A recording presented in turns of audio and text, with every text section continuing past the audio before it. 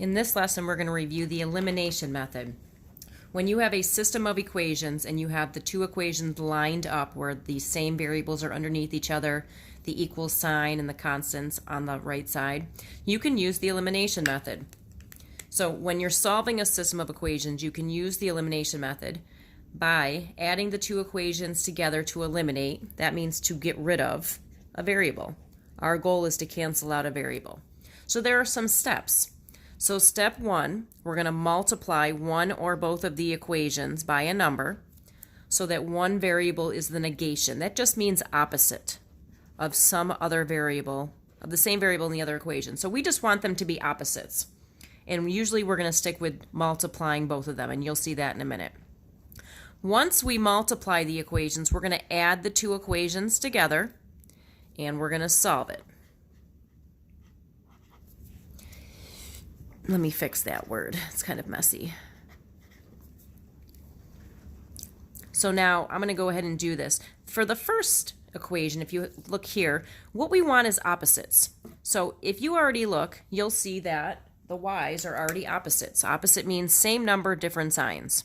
So we don't need to multiply the equations by anything here. So first step is already done for us. Second step, we're going to add the two equations together. So I'm going to cancel out the y's and add the x's. So x plus x is 2x. And then we can add the numbers at the end. 9 plus 5 is 14. Now to solve for x, we're going to divide both sides by 2. 2's cancel out. We get x equals 7.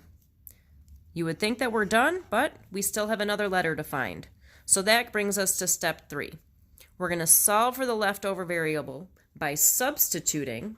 So that just means we're going to replace. So we're going to substituting our answer into one of the original equations. So it doesn't matter which equation to use, but I like to stick with maybe positive. So I'm going to bring over the first equation. I didn't change it yet. Since I know x is 7, I can change this x to 7. So we have 7 plus 2y equals 9. Now I'm going to solve this. So I want to get the number on the right. So I'm going to subtract 7 from both sides. 7's cancel, so we have 2y equals 2. To solve for y, we divide both sides by 2. 2's cancel, and we get y equals 1. The last step is to check our solution into both of the equations. So if we substitute in here, we have x, so 7 plus 2 times 1, that's 2. So 7 plus 2, that gives us 9. And then we do the same thing for the bottom equation. So I'm going to change the x to 7, the 2 to 1. So we'd have 7 minus 2, and yep, that gives us 5. So the important thing to know is before you go on, before you can cancel, you need one variable must be the opposite before you add. So if these are not already opposites, we need to make them opposites. So now we'll see an example where we do not have opposites yet. So in this top equation, or these top equations, I do not see opposites. So what I need to do is just pick one letter to make opposites. So I'm going to choose to make these x's opposites. It doesn't matter. The easiest thing to do is I'm going to put parentheses around both. And here's what we do. We swap the numbers. This is an imaginary 1 at the top, so I put a 1 on the bottom.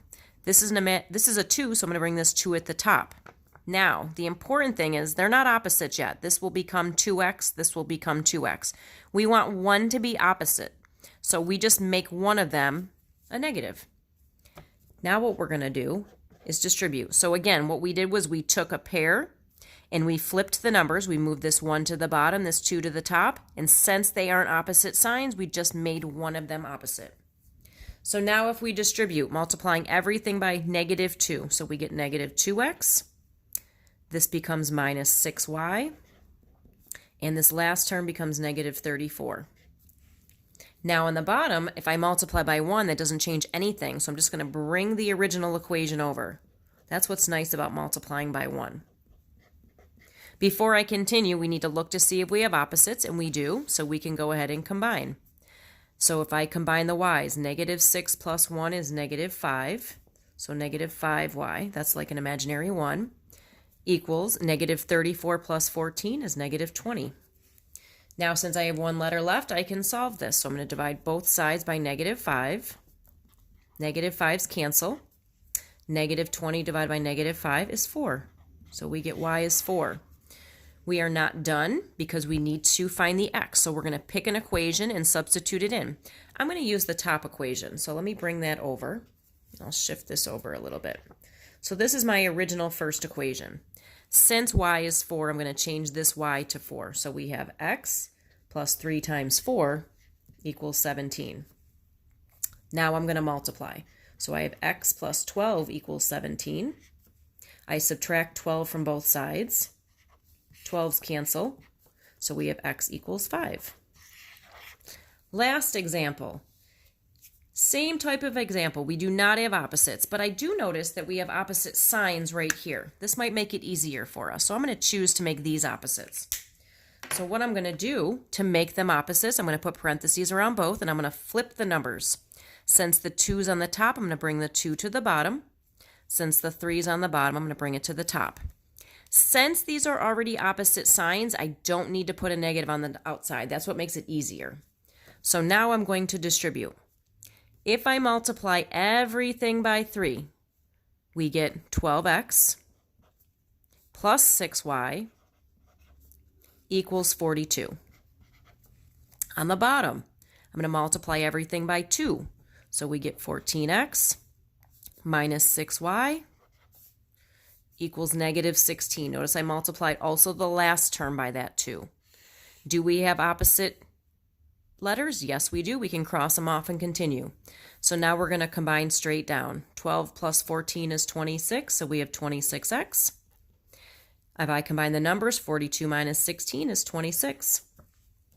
Now to solve for x, I'm going to divide both sides by 26.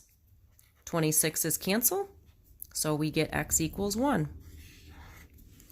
So now since I have the x, I need to find the y. So I'm going to stick with the equation that doesn't have a negative in it. So let me bring the first equation over. So 4x plus 2y equals 14. Since my x is 1, I'm going to change the x to 1. So we have 4 times 1 plus 2y equals 14. And I'm going to solve. So 4 times 1 is 4, so we have 4 plus 2y equals 14. To get the y alone, I'm going to move the 4 over. So I'm going to subtract 4 from both sides. 4's cancel out. I bring down the 2y, so 2y equals 10. Last step, divide both sides by 2. 2's cancel out. 10 divided by 2 is 5, so we get y equals 5. And we can always plug these into the equations to make sure they work.